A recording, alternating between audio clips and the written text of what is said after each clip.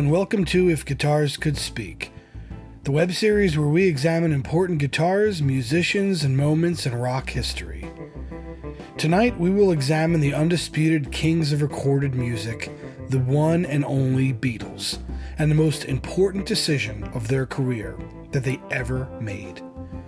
But first, if you like this content, please don't hesitate to give this video a thumbs up and subscribe to the Guitar Historian channel to see more content like this. So now, without further ado, episode 8 of If Guitars Could Speak, the Beatles' most important decision.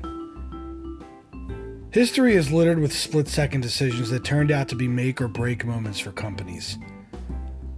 When Mike Markula pulled up to a tiny garage in the Sleepy Bay area of Palo Alto, he saw enough in two young Steves, Jobs and Wozniak, to front them the cash to start Apple Computer.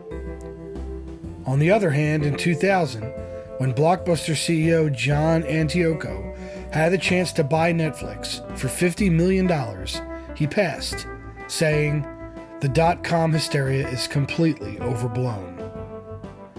Netflix went on to crush Blockbuster and other brick-and-mortar movie stores, and today is worth an unbelievable $125 billion.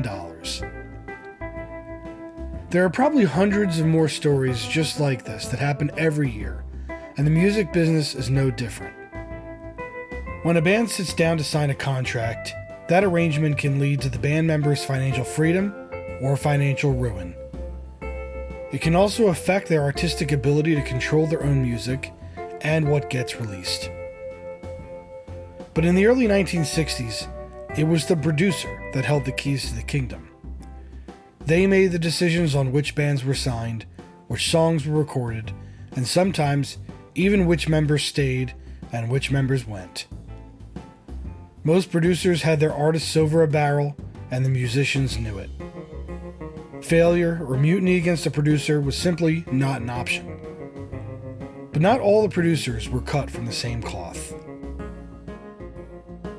George Martin had taken over as head of the artist and repertoire at the tiny EMI label known as Parlophone in 1955. The label wasn't taken seriously by its parent company. It was known for releasing lesser-known acts, classical music, and cast recordings from stage shows.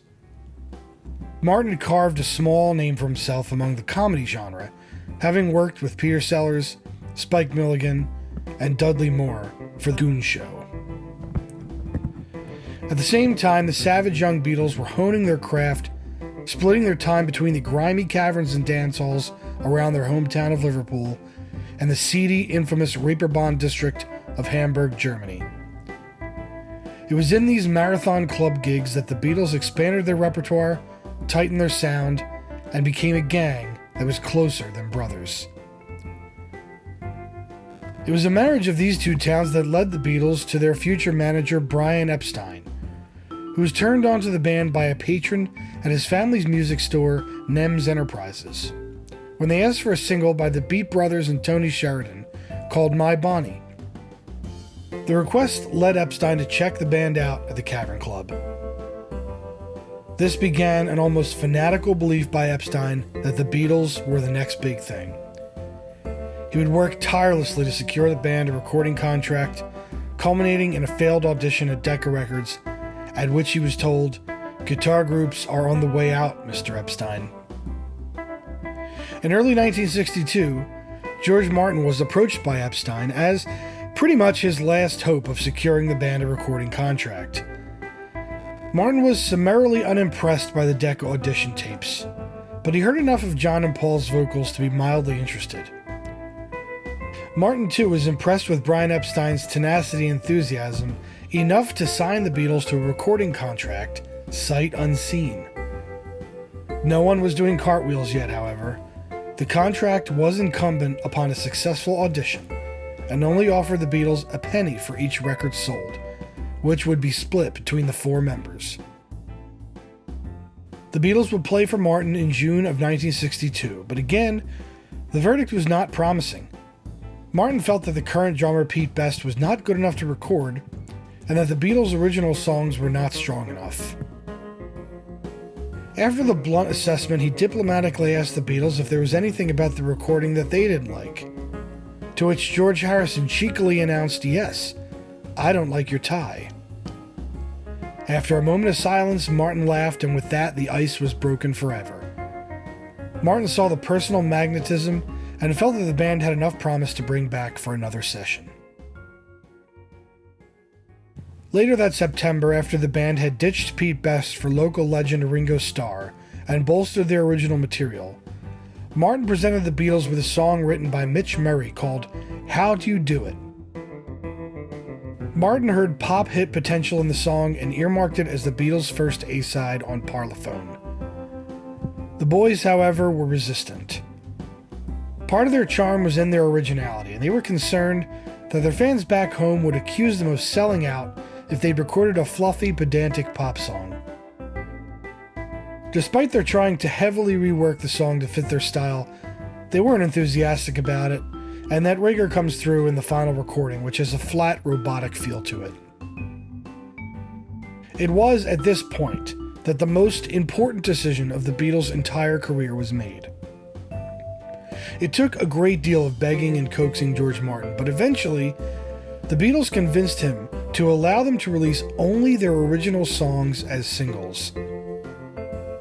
This momentous and audacious decision is made even more amazing by the fact that it was simply not done, barring a few exceptions in pop music up to that point. It was normal practice for producers to find songs by songwriters or rework old standards for a new audience. Some songwriters even had deals with some producers to have their songs considered first. Most bands worked their way up to releasing their own songs after a proven track record of success with cover songs. Most producers would have balked at the Beatles' insistence and confidence in releasing their own songs as singles, but George Martin was not most producers. He was just enough of a maverick and saw just enough in the Beatles' potential to grudgingly agree to the boys' requests. In this decision lay the groundwork for the most successful songwriting partnership in music history. The Beatles would go on to record Love Me Do, which sped up to number 17 on the British charts, with most of the sales coming from the Merseyside area of the UK, but showing enough promise to keep the band going with Martin and Parlophone. Later in November, they would present John's new song, Please Please Me, which had been written in a slow Roy Orbison style that Martin didn't think was working. He suggested speeding up the tempo of the song, and when recording was complete, he told the band, "Congratulations, boys, you have just made your first #1 record." Martin would get some satisfaction in early 1963 as fellow Epstein stablemates Jerry and the Pacemakers would have a #1 hit with How Do You Do It, putting pressure on the Beatles to follow up Please Please Me with continued success. Their song From Me to You would knock Jerry off the top spot a few weeks later. The Beatles would go on to chart 27 #1 hits, all written by a member of the Beatles. And the Lennon and McCartney back catalog is the most lucrative songbook in music history. Sometimes it's the smallest decision that makes the most difference. At the time, it is probable that neither the Beatles nor Martin understood just how important their insistence on releasing original songs as singles was. Had the Beatles released How Do You Do It, and possibly a second single by a different writer, would they have been cast under the same pile of transient British artists from the early 60s that fell by the wayside within the first couple of years? Would anyone have filled the void of the Beatles' cultural impact? Luckily, we will never know and not have to find out. We can only thank fate that they met George Martin and that he made the right decision to allow the Beatles the unprecedented freedom of exploring their own songwriting journey at a time when the world sorely needed it. Thanks for watching another episode of If Guitars Could Speak. If you like this video, please make sure you give it a thumbs up and subscribe to the channel to see our next episode. We will see you soon on The Guitar Historian.